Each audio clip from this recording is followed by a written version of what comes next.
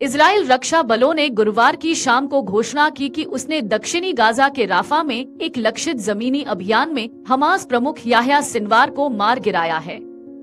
Sinwar इस operation में मारे गए 3 हमास आतंकवादियों में से एक था।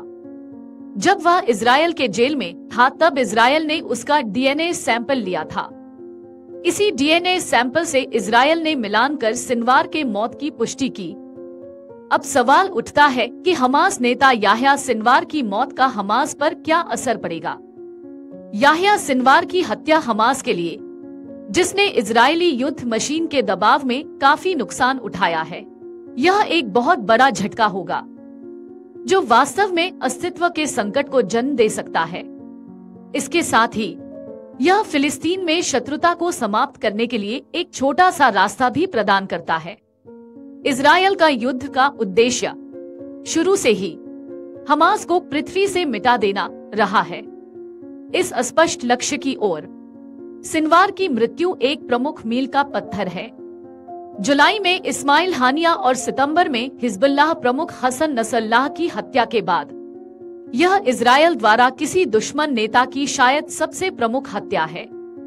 हालांकि यह स्पष्ट नहीं है कि हमास और फिलिस्तीन इस क्षति पर किस प्रकार प्रतिक्रिया करेंगे, लेकिन अमेरिका और अन्य इजरायली सहयोगियों के लिए यह इजराइल में तनाव को कम करने और यहूदी राष्ट्र को उस संघर्ष से बाहर निकलने का अवसर प्रदान करता है जिसने हजारों लोगों की जान ले ली है, अरबों डॉलर खर्च हो गए हैं और विश्व को एक दीर्घकालिक राजनीतिक और नैतिक संकट में डाल दिया है। मीडिया रिपोर्ट्स के मुताबिक युद्ध को रोकने के लिए बंधकों के लिए युद्ध विराम समझौते की प्रगति के 7 महीनों तक अड़े रहने के बाद अमेरिकी प्रशासन के अधिकारियों को उम्मीद थी कि सिनवार को एक दिन बाहर निकाला जा सकता है, जिससे वार्ता के लिए दरवाजे खुलेंगे जो अन्यथा उपलब्ध नहीं होंगे।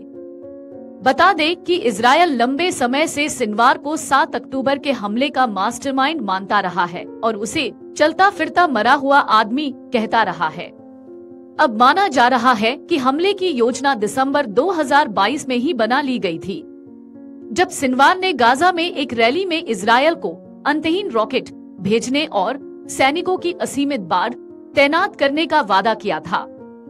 बता दें कि 7 अक्टूबर के हमले में हमास के लड़ाकों ने इजरायली सुरक्षा को तोड़ दिया, जिसमें 1200 लोग मारे गए और 150 से ज्यादा इजरायली बंधक बन गए।